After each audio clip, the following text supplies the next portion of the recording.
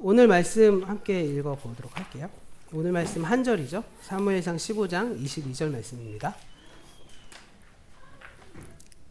네, 사무엘상 15장 22절 말씀. 한 절이니까 제가 한번 읽고요. 다 같이 한 목소리로 한번 이렇게 두 번 읽어볼게요. 사무엘이 나무랐다. 주님께서 어느 것을 더 좋아하시겠습니까? 주님의 말씀에 순종하는 것이겠습니까? 아니면 번제나 화목제를 드리는 것이겠습니까? 잘 들으십시오. 순종이 제사보다 낫고 말씀을 따르는 것이 순양의 기름보다 낫습니다. 함께 읽을게요. 시작. 사무엘이 나무랐다. 주님께서 어느 것을 더 좋아하시겠습니까? 주님의 말씀에 순종하는 것이겠습니까? 아니면 번제나 화목제를 드리는 것이겠습니까? 잘 들으십시오. 순종이 제사보다 낫고 말씀을 따르는 것이 순양의 기름보다 낫습니다. 아멘. 네, 지난주에는 우리 추수감사주의를 좀 맞이해서 이제 되살려낸 도움의 돌이라고 할 수 있는 에벤에셀에 대해서 함께 살펴보면서 우리가 회복해야 하고 늘 새롭게 세워야 할 감사에 대해서 한번 생각해 봤습니다. 그리고 이제 오늘은 이제 원래 나누었던 사무엘상 15장으로 돌아가서요. 2주 전의 말씀이었거든요. 2주 전의 말씀에 이제 순종에 대한 부분을 좀 나누었는데, 예, 그 순종에 대한 부분을 이제 헤렘이라는 전쟁과 더불어서 이렇게 연결해서 말씀드렸던 거 기억하십니까? 사울이 이제 하나님의 전쟁이었던 헤렘이라는 사상을 전쟁을 이제 자기의 욕심으로 깨버리고, 예, 그래서 이제 사무엘이 이렇게 나무랐던 그 장면을, 예, 그래서 순종이 제사보다 낫다라는 말씀, 이 말씀이 사실은 사무엘상의 전반적인 주제가 되는 말씀이다라고 말씀드렸어요. 그래서 이것은 사실은 사울 왕만 포함된 것이 아니라 엘리에게도 포함됐던 말씀이고 이스라엘의 장로들에게도 포함됐던 말씀이고 모두에게 포함된 말씀이다 이렇게 말씀드렸습니다. 그리고 더 나아가 순종이란 사람에게 하는 것이 아니라 하나님께 하는 것이다 라고 했던 말씀 기억하십니까? 예, 2주 전에는 그것을 헤렘이라는 전쟁에 관련해서 연관시켜서 우리가 좀 생각해 봤다면 오늘은 좀 더 구체적으로, 예, 이 순종의 의미를 우리의 삶으로, 네, 좀 적용해서 좀 살펴보려고 해요. 예, 우리가 일반적으로요, 순종이라고 했을 때 그것은 되게 어떤 위계 질서와 관련 지어서 생각합니다. 일반적으로. 예를 들어서 전통적으로 우리나라의 유교 사회에서의 순종하면 연이어서 떠오르는 말 하나가 있는데 혹시 뭔지 아시나요? 지금은 많이 안 회자되는 말씀이지만 다음 화면 보여주시면 삼강오륜인 거죠. 삼강오륜. 네. 들어보셨죠? 삼강오륜. 네. 센스 있게 화면을 딱 넘겨주시면. 네.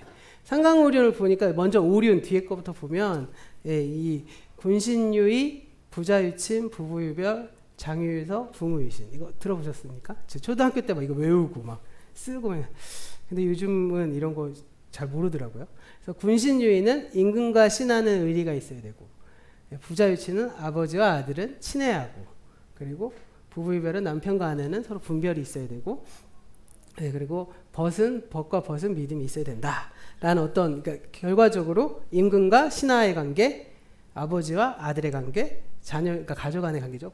부부 간의 관계, 그리고 어른과 아이의 관계, 네, 친구와 친구와의 관계, 이렇게 5으로 나누죠.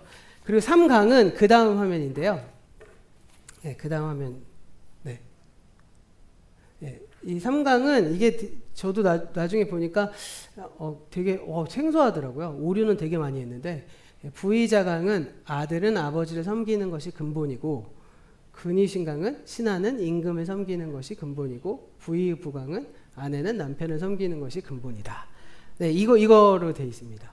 그래서 이걸 바꿔서 말하면, 예, 군의자강은 임금은 신하의 강령이 되는 거죠. 그러니까 강령이라는 말은 어떤 일의 기본이 되는 어떤 큰 줄거리를 얘기하는 거라면, 부의자강은 아버지는 자식의 강령이 되는 거죠. 그리고 남편은 아내의 강령이 되는 거. 그러니까 위계 질서에서 아랫사람한테 그럼 요구되는 것이 무엇일까요? 상강 오류를 쭉 보시면 순종이 되는 거죠. 네. 이래서 이러한 한국에는 이러한 상관과 오륜에 입각한 관계가 전통적으로 뿌리내리면서 우리 전통 문화에는 위계 질서가 상당히 강하죠. 그래서 사실은 처음 보는 사람도 처음에 만나면 제일 먼저 하는 게 뭐죠?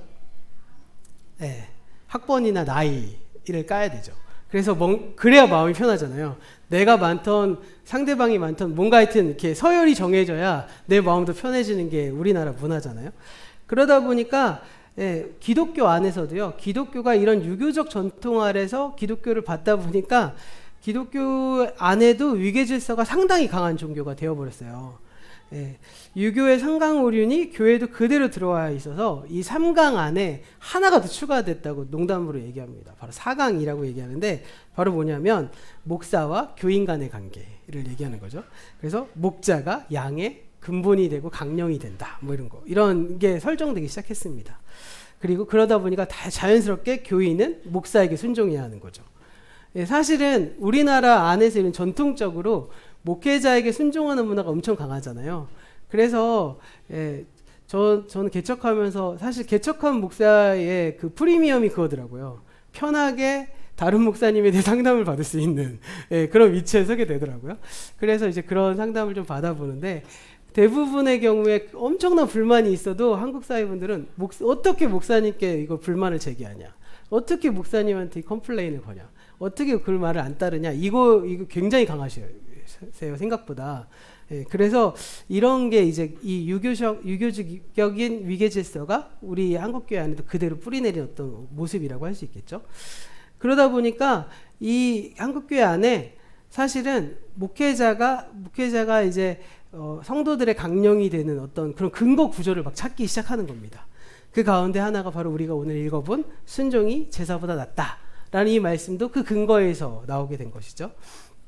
그러니까 오늘의 이야기에서 나오는 이 사무엘은 종교 지도자로서 오늘날로 바꿔 말하면 목사를 대표하고, 사울은 정치인으로서 일반 교인을 대표한다 라고 전제하면서 우리는 시키지 않아도 그렇게 읽고 있는 겁니다.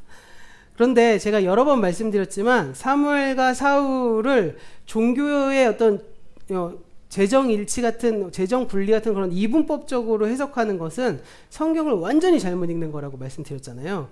심지어 사무엘상에 나오는 이스라엘의 장로들은요, 오늘날 우리가 생각하는 교회의 장로님과는 전혀 성격이 다릅니다.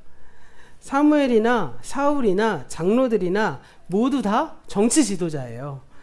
그리고 지금까지 살펴본 바에 의하면 이스라엘의 정치 지도자들의 책임은 뭐죠? 하나님의 뜻을 분별해서 온전히 실현하는 것이죠. 그래서 정치와 종교가 나뉘어져 있지 않은 겁니다. 결국 사무엘과 사울의 근본적인 어떤 관계는 목사와 교인 간의 관계라고 해석하면 안 되고요. 국가 지도자로서 전임자와 후임자의 관계로 보는 것이 훨씬 더 합당하다는 겁니다. 그런데 두 사람의 차이가 있다면 뭐라고 그랬죠? 같은 정치 지도자인데 사무엘은 하나님 뜻에 민감했다면 사울은 하나님의 뜻에 관심이 없었다는 거죠.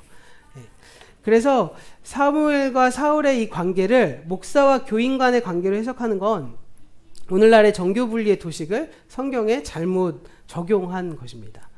그리고 교회 안에 존재하는 이 유교적인 위계 질서를 정당화하기 위해서 성경을 오용하는 거죠. 제일 대표적인 오용 사례가 뭐죠? 제일 대표적인 오용 사례, 학생회에서 제일 많이 하는데, 사도행전에 나오는 말씀인데, 유두고가 2층 난간에서 이렇게 설교 듣다가 졸다가 떨어져 죽잖아요. 그거 많이 들으면서 예배 시간에 졸면 죽는다고 막 이런 굉장히 성경을 오용하는 그런 것들입니다.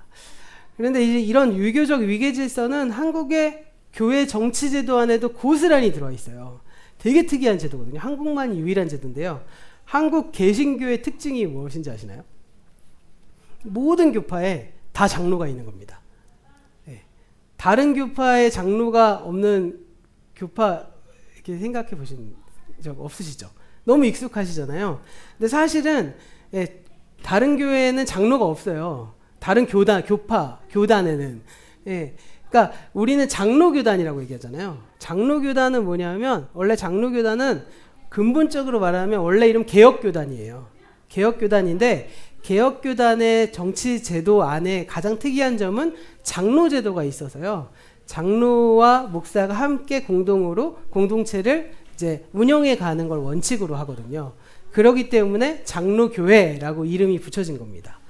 사실은 감리교회나 침례교회나 순복음교회나 뭐 다른 교파들에는요 아예 장로 제도가 없어요. 근데 한국교회는요 순복음 교회도 장로님이 있고 감리교회도 장로님이 있고 침례교회도 장로님이 있습니다. 심지어는 이 침례교 같은 경우에는 목사를 부르는 호칭이랑 장로를 부르는 호칭이 다 똑같아요. 침례교단은. 그래서 단순히 다른 게 뭐냐면, 그러니까 소위 말하는 침례교단 안에 장로님들은 목사인데 무슨 목사냐면 운영하는 목사고요. 예. 그리고 우리가 보통 말하는 목사는 침례교단에서, 그러니까 장로도 목사, 이제 목사도 목사라고 부르는데, 이제 설교하고 뭐 이런 목사는 뭐냐, 양육하는 분. 이렇게 나는 다 목사인데 이렇게 이제 하고 있습니다. 그런데 왜 다른 나라에서는 그런 제도가 없는데 한국 교회만 다 장로가 있을까요? 예. 그리고 왜 전 세계적으로요, 장로 교단이 제일 약한 교단 중에 하나거든요. 우리나라에서는 엄청 큰 교단이잖아요. 근데 전 세계 교단으로 보자면 제일 작은 교단 중에 하나예요. 그래서 심지어는 장로 교단이 전 세계에서 한국에 한 80%가 있다고 그러죠. 그 정도로 정말 작은 교단인데 왜 있냐면, 왜 그럴까요?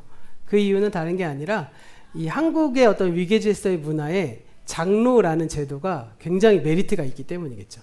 그러다 보니까 장로교에서 장로님이 된 거를 다른 순복음교회에서 장로의 역할을 하는 집사님들이 보고, 왜 저 사람은 장로고 나는 집사야, 뭐 이렇게 되는 겁니다. 이런 일이 이제 벌어지다 보니까 다 장로를 세우는, 이제 웃지 못할 일들이 일어나기 시작한 거죠. 그런데요, 그럼 이렇게 말해볼 수 있어요. 근데 성경 안에도 위계질서가 분명히 있지 않냐? 성경 안에 있는 위계질서를 어떻게, 그럼 뭐야? 이렇게 말하시는 분이 있는데, 당연히 성경 안에도 위계질서가 있죠. 근데 그 이유는 무엇일까요? 예, 성경이 기록된 시기가 그랬기 때문이죠. 예, 당시 문화, 당시 사고방식이 자연스럽게 녹여져 있기 때문에 당시 로마 사회, 더 나아가서 구약의 시대, 이 시대 안에는 이러한 우리나라 유교사상 같은 어떤 그런 가부장적이기도 하고, 예, 왕정의 시기고, 이런 모든 제도가 다 어떻게 보면 굉장히 위계질서 문화 아래 있었잖아요. 그러니까 그것들이 성경 안에 잘 그대로 버무려서 반영되는 겁니다.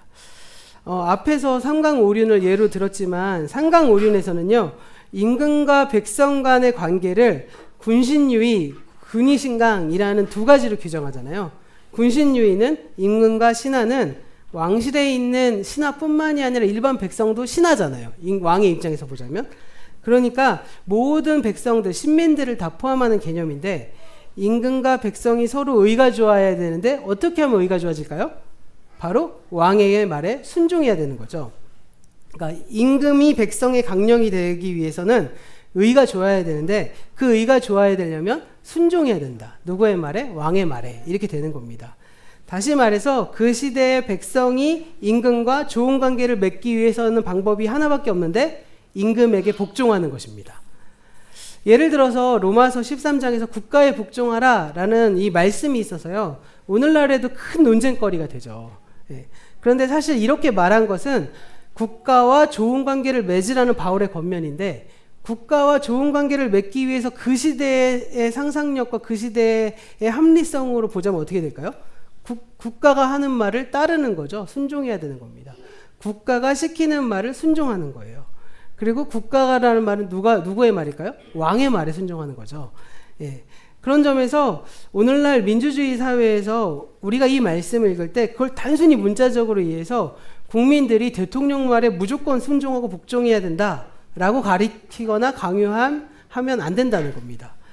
오히려 민주주의 사회에서 국가와 좋은 관계를 맺는 건 도대체 무엇일까라고 다시 고민하고 그 방법을 찾아내야 하는 것이겠죠. 그런 점에서 여기서 다시 아주 근본적인 말씀을 하나 드리려고 하는데요. 성경을 우린 보통 뭐라고 표현하냐면 하나님의 계시라고 말을 하죠. 예, 계시는 무슨 뜻이죠? 계시는 하나님의 뜻을 인간한테 열어 보여주는 걸 계시라고 합니다. 그리고 왜 계시가 필요할까요? 계시가 필요한 이유는 인간이 가지고 있는 한계들로 인해서 하나님의 차원을 이해할 수 없기 때문이에요. 인간이 하나님을 알려주지도 않은데 이해하면 그 인간이 아닌 거죠. 바꿔 말하면 인간이 신의 뜻을 이해하기 시작하면 그거는 사실은 신이 아니라는 소리랑도 똑같겠죠. 그래서 하나님의 말씀을 사람이 알아들을 수 있는 방식으로 알려준 것이 계시고요. 그 계시를 기록한 것이 바로 성경입니다. 그러니까 하나님이 계시하실 때 사람들이 알아들을 수 있도록, 당시의 언어와 문화와 관습을 사용하신 것이죠. 왜 그럴까요? 예. 하나님이 이 하나님의 언어로 말하면 아무도 못 알아듣기 때문이겠죠. 사실 알아듣지 못하면 말씀할 이유도 없겠죠. 예. 그래서 사람들의 언어, 그 사람들의 문화, 그 관습을 이용해서 하나님의 뜻을 설명한 것입니다. 왜요? 그래야 사람들이 알아들을 수 있으니까. 그런 점에서 사실은 이 성경은요, 그 당시의 사람들이 봤을 때는 굉장히 이해하기 쉬운 책이에요. 우리는 성경 굉장히 어려워하잖아요. 근데 당시 사람들은 굉장히 쉬운 책이 성경이었을 겁니다. 왜요? 사람들이 이해할 수 있도록 기록된 책이니까요. 예. 그래서 성경은 하나님과 인간의 관계를, 이스라엘 관계, 하나님과 사람의 관계, 하나님과 이스라엘의 관계를 왕과 백성의 관계로 설명할 수밖에 없었고, 왜냐하면 그 당시에 대통령이 있는 것도 아니고 민주주의가 있는 것도 아니니까요. 그리고 바울 역시도 자신이 뭐라고 말하냐면 나는 하나님의 종이다 이렇게까지 표현합니다. 다른 의미로 믿는 사람들을 뭐라고 표현할까요? 그리스도의 신부라고도 표현하죠. 예. 사실 왕과 백성은 왕정 국가에 있는 것이고요. 자유인과 종은 노예 제도에 기반한 것이죠. 남편이 아내보다 위에 있는 것은 가부장 제도잖아요. 이러한 그리스 로마 제국 혹은 이스라엘의 왕정, 노예, 가부장 제도, 이게 성경에 기록되어 있기 때문에 거룩하고 특별한 것이 아니라는 것을 아셔야 돼요. 그러니까 우리가 대부분 성경을 읽으실 때 성경에 기록된 말씀을 1.1획도 바꿀 수 없어 라는 어떤 그러한 강한 믿음을 가지고 말을 그대로 믿으시는 분들이 있잖아요. 그걸 문자주의라고 하는데, 그렇게 되시면 노예제도도 기반이 돼야 되고요. 이 모든 것들. 그래서 사실 남북전쟁할 때 남부의 논리가 그런 노예제도를 기반으로 했거든요. 말이 사실 좀 안 됐던 개념이죠. 그렇기 때문에 그게 그 제도 자체가 거룩하고 특별한 게 아니라는 거예요. 그게 당시의 문화였기 때문에 당시 사람들이 이해할 수 있도록 하나님께서 문화와 관습과 제도 그리고 그 언어를 사용해서 사람들에게 계시하는 것이죠. 그리고 공교롭게도 그 대부분의 문화적 특징들이 위계 질서로 구성되어 있었기 때문에 성경 안에서도 아주 자연스럽게 위계 질서의 언어, 개념들이 사용되는 겁니다. 결국 이러한 제도, 이러한 질서는요, 계시의 도구일 뿐이지 계시 자체가 계시된 말씀이기 때문에 성스럽다거나 꼭 지켜야 될 강령이 아니라는 거죠. 제가 어렸을 때 아직도 이제 마음에 되게 억울한 게 남아 있었던 것 중에 하나가 뭐냐면, 막 신나게 놀다가 뭘 툭 쳤는지, 이렇게 책장을 툭 쳤는지 성경이 툭 떨어진 거예요. 성경이 떨어진 것까지 좋았는데 제가 성경을 피하다가 피하고 다시 중심을 잡다 그 성경책을 밟았어요. 할머니한테 엄청나게 맞았습니다. 거룩한 책을 밟았다고. 하나님 말씀을 막 밟았다. 아니, 내가 잘못한 것도 아닌데 내가 이걸 왜 맞아야 돼? 막 이러고 이 억울함이 아직도 있는데, 사실 그건 뭐죠? 그 할머니 시대의 어떤 문화로 봤을 때는 충분히 이해가 가능한 말씀인데 오늘날 우리 시대로 왔을 때는 적용하기는 좀 애매한 말씀이 되기도 하는 것이죠. 그러니까 이 모든 성경을 말씀을 보실 때 이 하나님께서 그 당시의 문화, 그 당시의 제도, 관습, 사상 등을 모두 종합적으로 이용해서 성경의 말씀을 계시하셨고, 그 말씀을 오늘 우리가 받아들일 때도 오늘날의 문화와 제도와 상황을 종합적으로 판단해서 그 말씀을 해석하실 수 있어야 된다는 거예요. 예. 그래서 우리가 오늘 해야 될 숙제는 뭐냐? 오늘날 우리에게 여전히 남은 숙제는 성경을 읽으실 때 계시의 도구가 되었던 고대의 언어나 문화나 계시 자체를 내가 식별해내실 수 있어야 되는 거예요. 우리가 당시에 사용하던 왕, 백성, 주인, 노예 이 개념을 우리의 시각에서 우리의 시각으로 그 말씀을 받아들여서 쓰거든요. 근데 그 말씀이 사실은 비교적 오늘날 새롭게 해석되고 있는 어떤 상황으로 바꿔보면 내가 지금까지 가지고 있었던 주인과 종, 왕과 신하 이 개념은요, 우리가 그냥 우리가 오래 신앙생활 하신 분들은 이게 입에 배갖고 너무 익숙하잖아요. 근데 그 이미지랑 당시 사람들이 쓰는 주인과 노예의 개념은 전혀 다르다는 거예요. 근데 그거를 오늘날 그냥 내가 상상하는 뭐 사극 정도 보고 책 정도 본 정도의 수준으로 그냥 해석해서 성경을 그렇게 대입해버리면 오류가 생기신다는 거죠. 그런 점에서 사실은 이러한 모든 어떤 제도라든지 용어라든지 이 모든 것들을 어떻게 보면 오늘날 우리 시대에 맞게 해석하기 위해서는 다시금 그 시대가 어떠한 상황인지를 되돌아가서 생각해 보실 필요가 있다는 거예요. 왜냐하면요, 이 말이 우리에겐 굉장히 익숙한 말이지만, 그리고 보편화된 말이지만, 예를 들어서요, 교회를 한 번도 다니지 않은 사람들이 기독교 사람들의 대화의 내용을 쭉 듣고 있는다고 생각해 보세요. 어떤 느낌이 드실까요? 쟤네는 한국말을 하는데 도대체 무슨 말인지 모르겠다, 이렇게 나오지 않을까요? 예. 이렇게 생각하실 거예요. 뭐 예를 들면 요즘 젊은 세대는 사실은 남녀 간의 어떤 평등에 대한 부분이나 이런 것들이 가부장 제도랑 전혀 상관이 없잖아요. 저까지만 해도 사실은 남자와 여자에서 남성이 우위에 있었던 게 사실이거든요, 문화적으로. 그런데 요즘 10대 애들은 그러지 않다고 하더라고요. 그러다 보니까 오히려 이런 성평등 정책에 대한 반감이 10대들은 여성까지도 그렇게 왜 우리한테 더 많은 할당을 줘? 왜 우리한테 더 많은 메리트를 주는 거야? 이렇게 오히려 반문한다고 하는 걸 들은 적이 있어요. 그런 점에서 그런 개념으로 이 아이들이 교회에 왔는데 목사님이 남편이 제사장이고 막 이런 얘기를 하면 도대체 무슨 말이야? 이렇게 되는 거죠. 예. 그런 오용된 뭐 대표적인 예가 있잖아요. 제가 요즘은 많이 안 쓰거든요. 제가 어렸을 때 일부 예배 때 권사님들이 기도를 하시는데 이 권사님들이 기도 중에 꼭 이런 기도를 하세요. 오늘도 우리 주님의 종님께서 말씀을 전하시는데 이렇게 얘기해요. 주님의 종이면 종이지 종님은 또 뭐냐? 노예는 노예인데 노예님은 또 뭐지? 막 이렇게 생각이 되는 거잖아요. 근데 우리는 그게 어떻게 될까요? 이 종님이라는 말은 사실은 목사님인데 목사님은 주님의 종이 맞긴 한데 목사님을 종이라고 말하기엔 좀 이게 좀 껄쩍지근하니까 종님이라고 붙이는 거잖아요. 근데 이런 어떠한 개념들 뭐 이런 것들을 사실 우리가 좀 재정립하실 필요가 있는 것이죠. 그런데 그게 어떻게 하는 것이냐? 바로 성경의 해석인 거예요. 사실 기독교인들은 성경을 해석하실 수 있으셔야 돼요. 저는 그게 한국교회의 가장 큰 문제 중에 하나라고 생각하거든요. 말씀을 무분별하게 받아들이시거나 자기 해석이 없는 경우들이 참 많습니다. 근데 이 해석이라는 게 사실 귤이 있으면 알맹이가 질리고 귤 껍질이 무나면 참 편하잖아요. 귤 껍질 까고 딱 알맹이 먹으면 될 텐데 성경은 그러지 않는다는 거예요. 이 귤 껍질과 귤의 내용이 막 섞여 있어서 이걸 해석하기도 힘들고 분별하기도 힘들고 참 분리하기도 힘들고 참 그렇습니다. 그래서 사실 매우 세밀한 식별이 필요하고요. 더 나아가서 계속적으로 우리 신앙생활 하면서 계속 말씀에 대해서 공부도 하시고 묵상도 하시고 적용도 해보시는 일들이 우리 안에 계속적으로 좀 일어나실 필요가 있어요. 그게 사실 성서 해석의 어려움이기도 하고 반면에 또 묘미이기도 한 것 아니겠습니까? 근데 제가 이렇게 말하면 굉장히 불편해 하실 수도 있으실 거예요.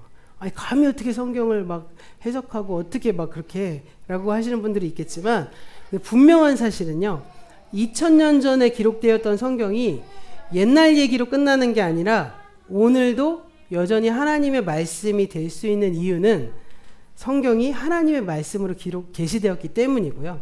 더 나아가서 그 말씀이 우리의 상황에 맞게 계속해서 해석되고 있기 때문입니다. 그러니까 1960년대에는 60년대에 맞는 새로운 해석들이 있었고 70년대는 70년대에 맞는 해석이 있었고 80년대는 80년대에 맞는 해석이 있었다는 거죠. 그래서 이 해석이 우리 안에서 계속 적용되면서 말씀이 살아있는 말씀으로 여전히 살아서 숨쉬는 말씀으로 우리가 해석하게 됐을 때 이 기독교가 여전히 살아있는 말씀이 되는 것이겠죠. 그래서 우리가 해야 될 일은 바뀌어지는 문화, 바뀌어지는 제도 가운데서 그 상황에 맞게 말씀의 본질을 잃지 않고 끊임없이 다시금 새롭게 해석하고 말씀을 적용하는 일들이 우리 안에서 일어나야 한다라는 것입니다. 그런데 주목할 만한 것은요, 이렇게 위계질서로 짜여진 시대 안에서 기록된 성경임에도 불구하고 이 위계질서를 무비판적으로 따라가지 않는다는 거예요. 예를 들어서 성경이 노예제도를 폐지해라, 왕정을 없애고 민주주의 국가를 만들라고 절대 말하지 않습니다. 만약에 그렇게 말하면 성경은 성경이 아니라 뭐 정치사상서, 정치혁명서겠죠. 근데 성경은 어떻게 말하냐? 훨씬 더 근본적으로 그리스도 안에는 인종과 계급과 성별의 차이가 있을 수 없다, 이렇게 말을 해요. 이 말이 사실 그 당시의 문화로 보면 엄청나게 충격적인 말인 거죠. 갈라디아서 3장 28절의 말씀에서 사도 바울이 그리스도 예수 안에서 유대인과 헬라인이 차별이 없다 이렇게 말하고요.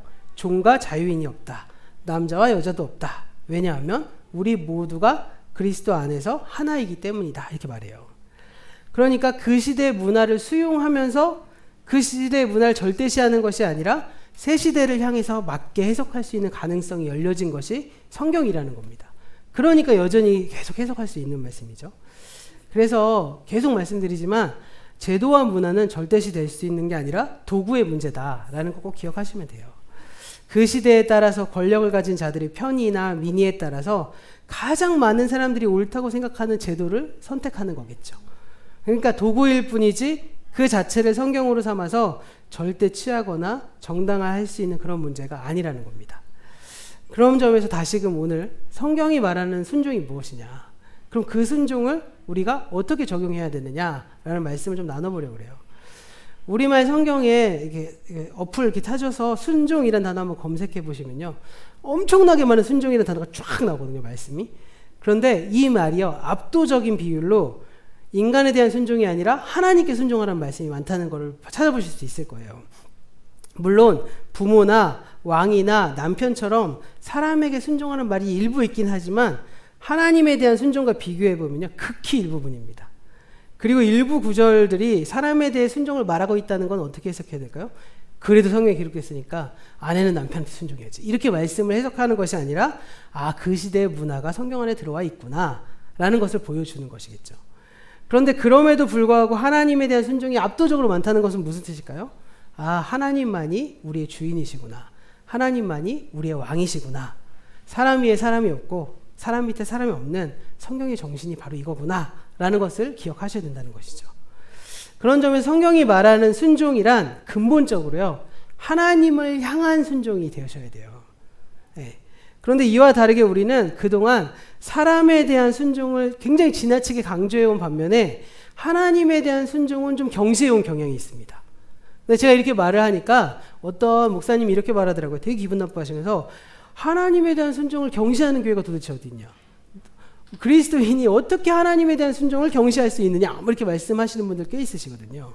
그래서 우리는 하나님에 대한 순종을 경시했다고 받아들일 수 없어, 이렇게 말씀하시는 분도 본 적이 있습니다. 사실 예수를 믿는 사람들 가운데서요, 하나님에 대한 순종이 중요하지 않다고 말하는 사람이 어디 있을까요? 그렇죠? 다 하나님에게 순종하는 거 당연하게 생각하시잖아요. 그런데 대부분 지금까지 우리가 말해온 하나님에 대한 순종은요, 성경이 말하고 있는 그 순종의 본질에까지 이르지 못했다는 것이죠. 그 지점을 말씀드리는 거예요. 하나님의 주되심을 이루는 것, 이것을 제가 믿음이라고 설명드렸잖아요. 예, 그 로마서 1장 5절이 말하는 것처럼 믿음은요, 순종과 동의어입니다. 그러니까 믿음과 순종은 같은 뜻이에요. 예, 하나님을 믿는다 라고 말을 하면 바꿔 말하면 뭐죠? 하나님께 순종한다 라는 뜻입니다. 그런데 그러면 믿음으로 구원받는다 라는 말은 다르게 바꿔 말하면 뭐죠? 순종으로 구원받는다는 거예요. 근데 이렇게 말하면 우리가 지금까지 어떻게 배우셨죠? 우리는 믿음으로 구원을 받고 행함으로 구원받는 게 아니야, 이렇게 배워오셨잖아요. 근데 사실은 믿음과 행위의 문제는요, 동전의 양면과도 같은 문제예요. 그러니까 내가 하나님을 감정적으로 믿는 것 같은데 행동은 안 한다? 그럼 그게 믿는 거냐? 라고 한번 생각해 보셔야 되는 거예요. 내가 누군가를 믿기 시작하면 무슨 일이 생기죠? 그 믿음에 합당한 행동이 나오잖아요. 제가 누군가를 신뢰해요. 제가 예를 들면 우리 처남을 신뢰해. 그럼 처남을 신뢰하면 처남이 하는 행동을 제가 보면서 어떻게 하죠? 맞아, 다 이유가 있어. 그리고 그거에 제가 거리낄 게 없으면 함께 가잖아요. 근데 그런 것이 순종이 포함되는 거죠. 행동이 포함되는 겁니다. 내가 예수님을 믿어 라고 말해서 그분이 나의 주인이야 라고 고백하신다면 주인에 합당한 행동을 하는 게 맞는 거죠. 그게 완성되는 거 아니겠습니까? 그럼 결국 우리는요, 하나님께 순종해서 구원받는 거죠. 물론 완전한 순종을 하는 사람이 없기 때문에 하나님을 향한 순종이 굉장히 중요한 겁니다. 내가 오늘 실패했더라도 내일 하나님을 향해 또 나아가고, 그것이 조금 더 확장되어 가는 게 우리의 인생의 여정인 것이겠죠. 그런 점에서 순종은 행위라고 말을 하는 게 틀린 말이 아니라는 겁니다. 그런데 지금까지 우리가 구원과 행위는 관계없다고 배워오면서 관계없다고 생각하면서 나는 하나님을 믿지만 나의 삶은 여전히 그러지 못해. 그렇지만 나는 믿음으로 구원받았어. 라고 생각하시잖아요. 근데 그렇게 생각하면서 자꾸 뭘 합니까? 합리화를 하기 시작해요. 그러니까 내 삶은 그리스도인과 전혀 관련이 없는데 종교 행위를 통해서 내가 하나님을 믿는 행위를 하니까 나는 믿은 거야. 이렇게 착각하신다는 겁니다. 그래서 다시 한번 말씀드리지만 우리는 행동함으로 구원받는 게 아니고요. 순종함으로 구원받는 겁니다. 하나님을 따르기 시작하면 그분에게 동의하기 시작하면 내가 그분이 이걸 좋아하시니까 나도 함께 기쁨으로 감당할 수 있는 거죠. 근데 저렇게 해야 구원받아 라고 해서 하는 거는 사실은 성립이 안 되는 말이죠. 그렇기 때문에 결국에는 믿음과 교리에 대한 부분을요, 우리가 너무 믿는다는 걸 행동을 살짝 빼고 교리만 딱 나서 그 믿는 그 지식을 내가 믿어버리면 구원받는다고 잘못 생각하는 부분이 있다는 거예요. 그런 점에서 사실 우리가 그런 부분을 잘 정리를 하셔야 됩니다. 그리고 제가 그동안 하나님께 대한 순종이 제자리를 찾지 못하고 있다고 말씀드렸잖아요.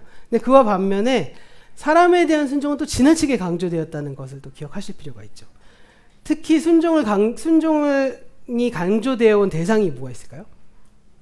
국가, 부모, 교회 안에는 목회자, 뭐 이런 순종이 계속 강조되었죠. 한국교회 안에는. 목사에 대한 순종에 대해서는 제가 2주 전에 좀 말씀드렸으니까 오늘은 국가에 대해서 부모에 대한 부분을 좀 약간 구체적으로 말씀드려서 말씀 좀 정리해 보려고 그래요.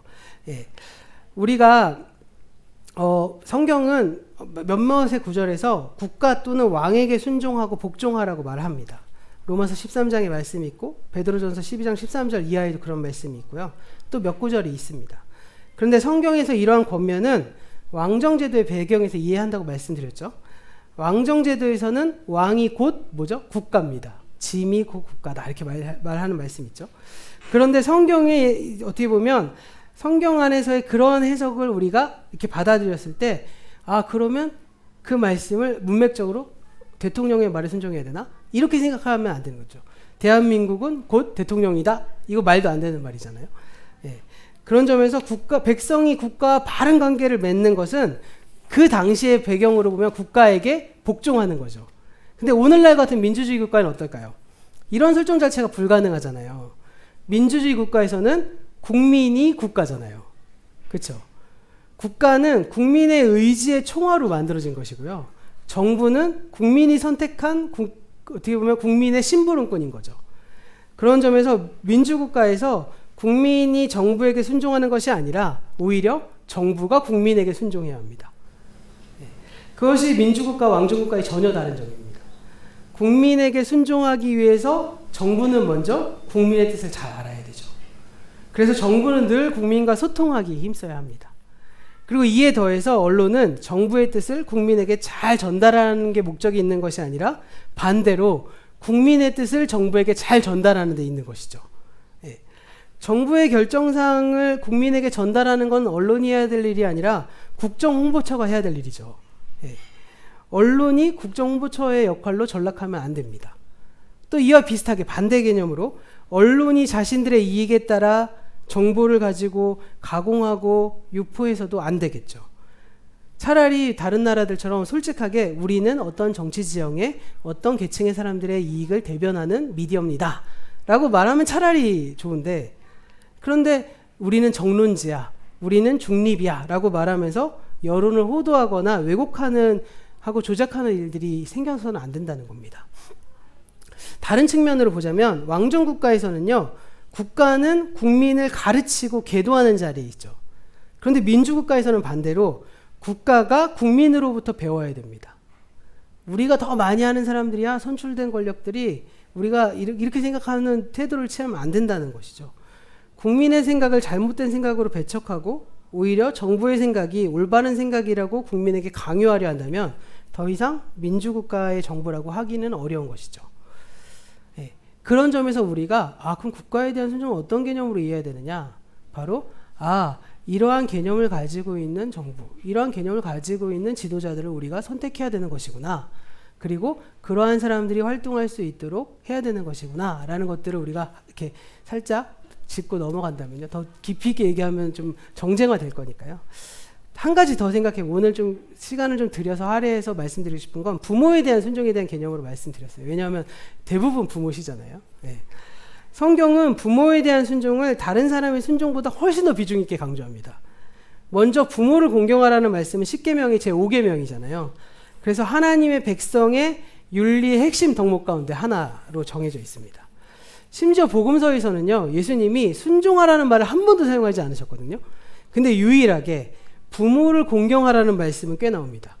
마태복음 15장, 마가복음 7장에서도 예수님이 율법주의자들에게 자신의 전통을 내세워서 하나님의 계명을 어긋난다, 하나님의 계명을 폐하게 한다라고 말하면서 꾸짖으시면서 그들이 대표적인 예가 뭐냐? 부모 공경을 회피한다, 이렇게 말씀하시거든요.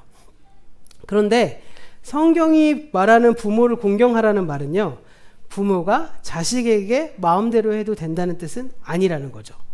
예. 또 모든 일에 어른이 아이들보다 우선된다거나 또 자녀는 무조건 부모의 생각을 따라야 한다는 말도 아닙니다.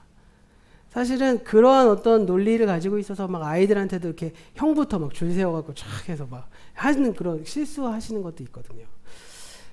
사실 유대인들은요, 이 말씀을 전혀 다르게 이해한다고 해요. 유대인들은 자녀의 소유권이 부모에게 있지 않다고 생각합니다. 일단 기본적으로. 자녀의 소유권은 누구에게 있죠? 오직 하나님께 있는 것이죠. 그래서 부모가 자녀를 자기 마음대로 할 수 없다고 생각합니다.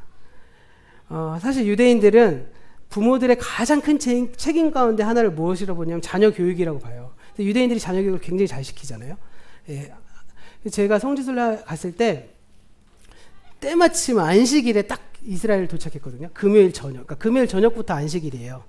금요일 저녁이 딱 됐는데 저희가 체크인하러 호텔에 딱 들어가니까 호텔 로비 옆에 이렇게 컨벤션홀 같은 데를 한 두세 가정이 빌려갖고 할아버지부터 자녀들이 그 안식일에 거기에 모여서 함께 막 밥 먹고 막 하면서 아이들하고 막 말씀을 나누는 걸 본 적이 있었어요. 그래서 와, 진짜 부럽다, 막 이렇게 했던 본 적이 있었거든요. 그렇게 이제 자녀 교육에 굉장히 민감합니다. 그런데 그 교육이란 부모가 강령이 돼서 부모의 생각을 자녀에게 주입하는 것이 아니라는 거예요. 자녀 교육의 핵심은요, 자녀를 하나님께 순종하는 사람으로 키워내는 거죠. 그래서 아이들, 유대인들의 교육 방식을 보면 어렸을 때 성경을 막 외우게 하잖아요. 왜 외우게 하는지 아시나요? 우리가 여기서 딱 끝나는 경우가 많거든요.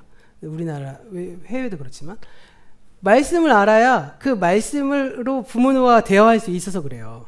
그래서 어렸을 때는 말씀을 많이 암송을 시키고요. 그 아이가 한 중학생 정도 되면 그 말씀을 가지고 부모가 아이라고 질문하는 거예요. 이 말씀이 이렇게 나오는데 넌 무슨 생각을 하고 있니? 그러다가 고등학교 정도 되면, 그러니까 우리 식대로 설명드리면 그 말씀으로 어떻게 살고 있니? 라는 것들을 이렇게 주제로 많이 얘기한다고 합니다. 그러니까 사실은 자녀 교육의 핵심은 자녀를 하나님께 순종하는 사람으로 키우는 거죠. 사실 근데 이렇게 보시면 부모 자녀 간의 관계를 단순히 위계질서만 가지고 설명하기란 쉽지 않잖아요. 자녀에게 부모란 무엇이죠? 나의 생명의 출처잖아요. 그리고 나의 모든 일에 대한 결정권을 가진 지도자입니다. 뭐 내가 돈이 있나요? 뭐가 있나요? 엄마 아빠 말에 따를 수밖에 없죠. 일생에서 가장 먼저 만나는 선생님이기도 하죠. 그리고 아이들이 이게 더 클 텐데 가장 가까이에서 시중을 들어주는 봉사자죠. 아이들의 입장에서. 엄마 아빠 맨날 이것만 시킨다고. 저희도 이제 계속 희중아 성적 부르거든요. 자꾸 시키려고. 애들이 이제 네 하지만 얼굴 표정 이렇게 썩어서 나오잖아요. 이렇게. 가장 부모의 말을 들어주는 우리 봉사자이기도 하고 또 나를 위해 대신 일하는 일꾼이 되기도 합니다. 그런데 이렇게 자녀가 부모에게 순종하기도 하지만 사실요, 가만히 돌이켜보면 많은 경우에 부모가 자녀에게 순종할 때가 많잖아요. 저 뒤에 앉아 계신 우리 이유와 동준이의 가족은 부모님이 얼마나 자녀에게 순종하고 계십니까? 뭐 까달라면 까주고 가자면 가고, 막 화가 머리끝까지 와도 이거 어쩔 수가 없잖아요. 순종하는 경우 참 많습니다. 근데 그것만 그럴까요? 아니잖아요. 아이들이 크면 크는 대로 또 부모가 자녀에게 순종해야 할 경우들이 상당히 많잖아요. 그런 점에서 유교식 위계질서는 그러니까 부모가 자녀의 강령이라는 말은 자녀 관계를 너무 단순하게 도식화한 것이라고 볼 수 있죠. 가만히 보면 오늘날 누가 어떤 인문학자가 얘기했나? 그거 굉장히 공감되는데 오늘날에는 부모와 자녀가 서로에게 상처를 받고 있는 시대라고 그래요. 진짜 맞는 말 같습니다. 부모 입장에서 보면 자녀들이 부모를 공경하지 않고요. 제멋대로 하는 것처럼 보이고요. 자녀들의 입장에서 보면 받아들이기 힘든 생각과 행동을 부모가 강요하는 것처럼 보이죠. 이렇게 부모와 자녀들의 생각이 달라도 너무 다른 시대 속에 살아갑니다. 예. 오늘날은요, 과거 그 어느 때보다도 부모와 자녀 사이에 말이 통하지 않는 시대거든요. 그 이유가 뭔지 아시나요? 부모와 자녀가 서로 다른 세상에 살고 있기 때문이에요. 예. 죄송스러운 말씀인데 가만히 돌이켜보세요. 우리는요, 자녀와 부모가 같은 세상에 살고 있지 않습니다. 과거에는 많은 지식과 정보들이 부모 세대를 통해 전수돼요. 그렇죠? 그래서 자녀들은 부모를 통해서 세상을 알고 배우고요.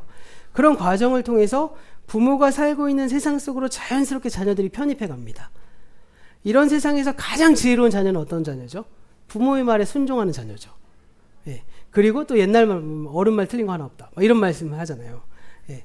그럼 결과적으로 다 잘 될 수밖에 없는 구조였어요.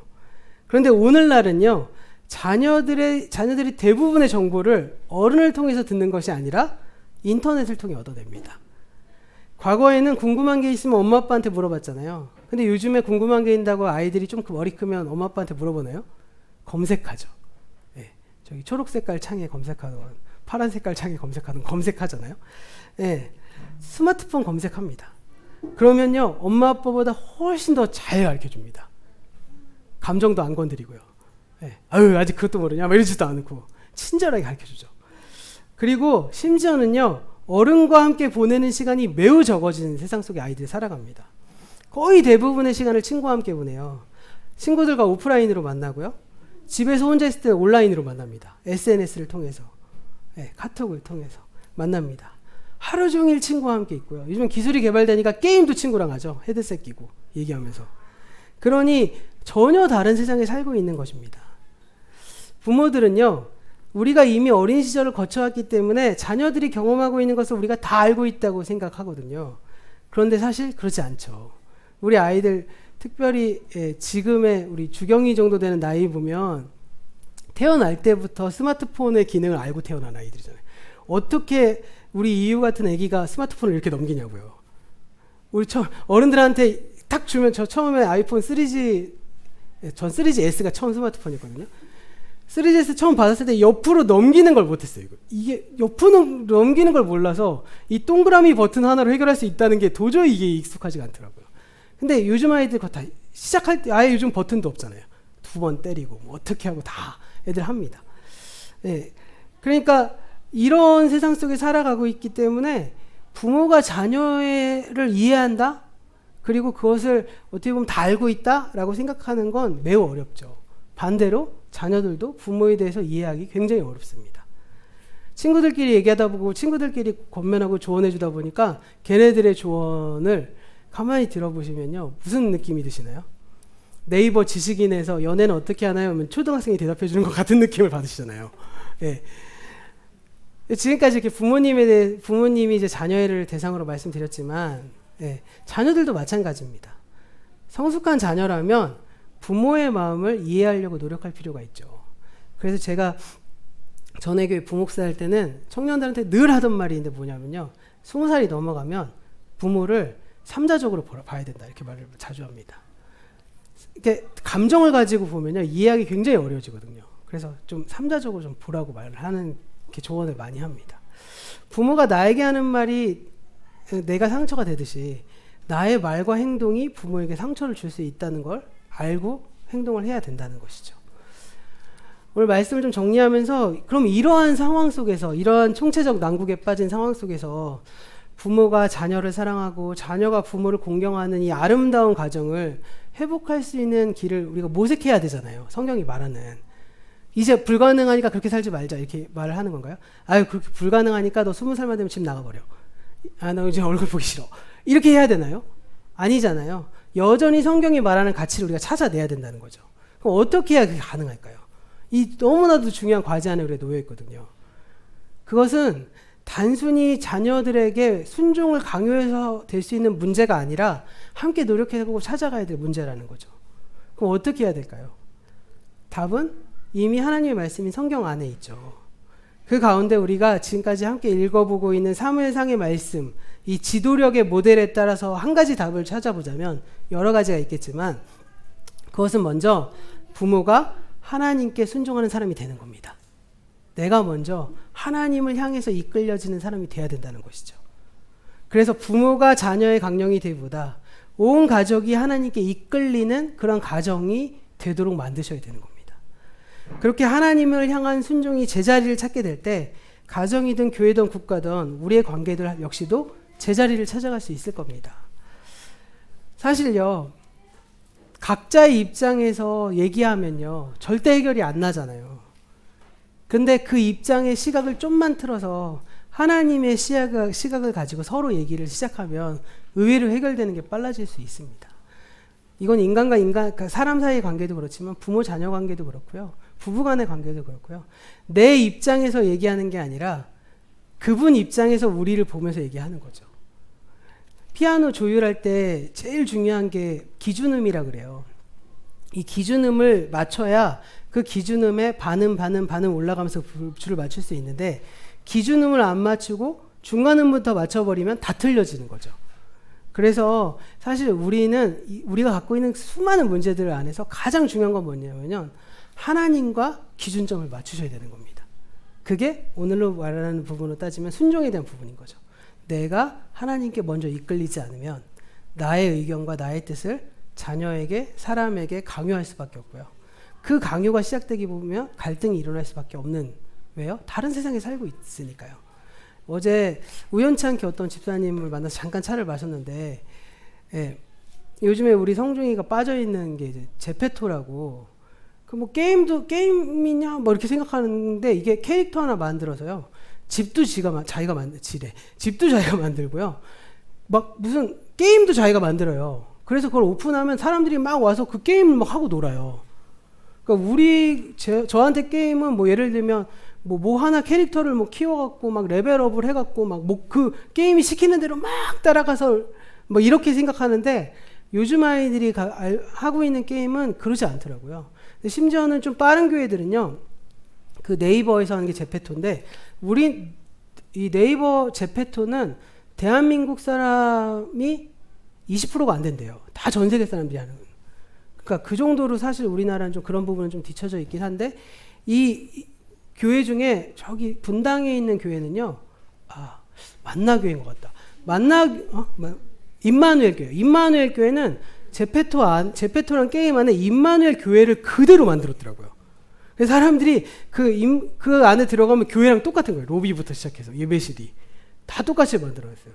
그래서 제가 농담으로 성중이한테 야 우리 공간은 작은데 이음교회 네가 만들어봐라. 그러니까 제 희중이랑 너희가 잘 만들면 예, 이음교회를 제페토 공간에서 만들 수 있는 권한을 줄게 해서 흥분해갖고 맨날 하고 있거든요. 제가 실수했다 생각을 하고 있는데 예, 사실은 그 얘기를 하는데 엄마 아빠들이 전혀 못 알아들으시더라고요. 근데 사실요 그거를 이렇게 말은 안 하고 조용히 앉아있는 애는 이미 그 게임을 하고 있더라고요. 알고 있는 거예요. 다른 세상에 살고 있거든요. 어쩌면요 이거는 정말 비약이 될지 모르겠지만 10년 뒤에 예, 저희도 각자 집에서 이거 안경 쓰고 예, 그 제페토 같은 공간에 모여서 예배 드리실 수도 있어요. 그런 시대가 올 수도 있습니다. 그래서 막 제가 전도사님이 그런 게 빠르셔갖고 막 농담으로 야 그럼 우리 교회가 크게 임대할 필요가 없는 거 아니냐? 원룸 하나 얻어야 되는 거 아니냐? 다 멀티버스의 세계에서 만나야 되는 거 아니냐? 막 이렇게 농담도 했는데 정말 다른 세상에 살고 있습니다. 그런데 그거를 자기 입장에서 부모에게 강요하고 부모는 야 예배를 드리는데 무슨 게임 같은 데서 예배를 드린다고? 뭐 이렇게 얘기하는 것도 안 되죠. 제가 부교육자 때 담임 목사님한테 엄청 혼난 것 중에 하나가 뭐냐면 저랑 저 전도사님이랑 아이패드로 설교하는 거였어요. 아이패드 딱 들고 가갖고 아이패드로 말씀 읽고 딱딱 넘겨서 했는데 처음에는 신기하시더니 한 두세 번 지나니까 성경 갖고 설교하라고. 저희 성경인데요 이랬다가 강단에서는 성경책을 가지고 하라고 그래서 막 엄청 혼난 기억이 있는데요. 그러니까 이게 다르신 거죠. 요즘 이제 학교 같은 데 가잖아요. 요즘 학생회나 청년회 가잖아요. 말씀 읽는 사람 다 스마트폰 빼요. 어플 이렇게 보거든요. 예. 그러니까 정말 다른 시대 속에 살아가는데 그게 서로 간에 옳다고 싸움하는 것이 아니라 본질을 찾아가는 게 중요하겠죠. 그래서 오늘 말씀을 통해서 분명히 알아야 될 사실은 자녀를 좋은 학교 보내고 좋은 직장에 보내는 일보다, 그리고 사람들 사이에서 질서를 세우는 일보다 가장 먼저 해야 될 일은 나 자신이 하나님께 순종하는 일에 우선권을 두어야 한다는 것입니다.